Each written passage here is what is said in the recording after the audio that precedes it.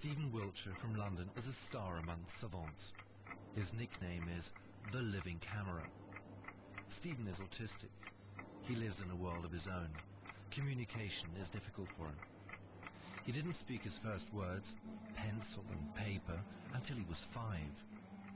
Yet when he was 11, he drew a perfect aerial view of London after only one helicopter ride. Even the number of windows in all the major buildings in his drawing was correct.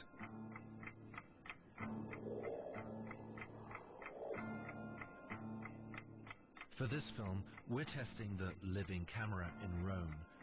Stephen has never seen the Eternal City from above before.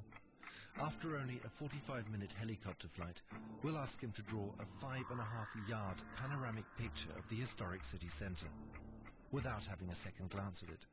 Stephen has 3 days. In these 3 days, Stephen will have to keep thousands of details in his head. The innumerable cupolas, the tiny winding streets, all the balconies and windows of the endless array of houses, and each and every column and window arch of Rome's major sites, from the Pantheon to St. Peter's to the Colosseum.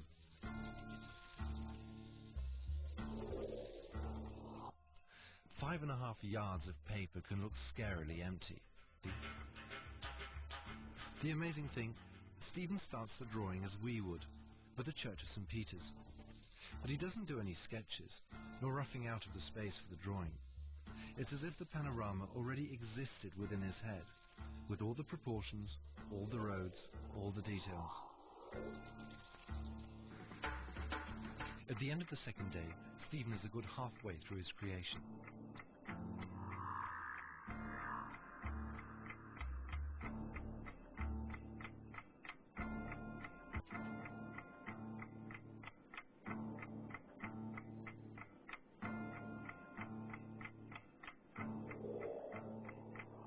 After 3 days of his drawing marathon, even Stephen Wiltshire starts to tire. He has filled in more than 5 yards of paper in fine pencil. He has been restlessly aligning window to window and house to house, because Stephen loves to be applauded for his art. In the left corner, he's finally reached the ruins of the Forum Romanum. Stephen's sister Annette is rejoicing with him. He's made it. Obviously, he's pleased with his work. Yet our vexing question still remains. How precise was Stephen's ability to memorize? Is it really true that you could only see a single curve of the Tiber from above?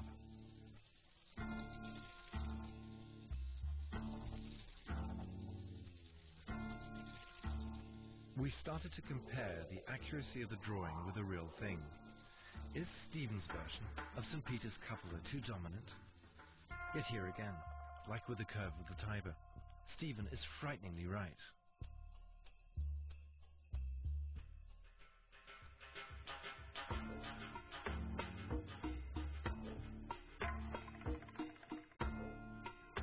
We wondered if the famous Roman hills should probably stand out more in Stephen's panorama. But again, Stephen had seen it better. From 1,000 feet up, the hills are, optically, almost level. Checking the Pantheon, we did discover some minor inaccuracies on the roof.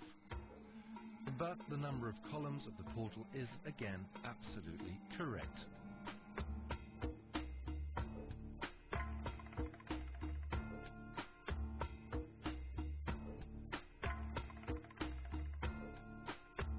And, despite our doubts, Stephen has drawn one of the most complex buildings, the Colosseum, so precisely, it's practically a blueprint of reality.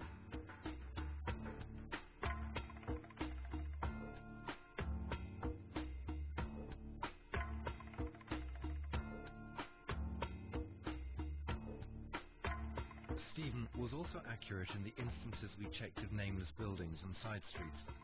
Had he had more time, his sister Annette believes, he would have put in even more detail.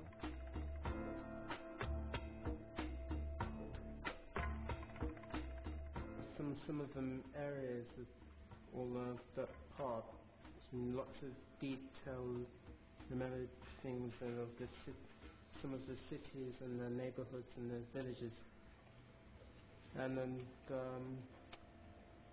the easy part is St. Peter's and Forum and Colosseum, and memorize it by head and that, by memory.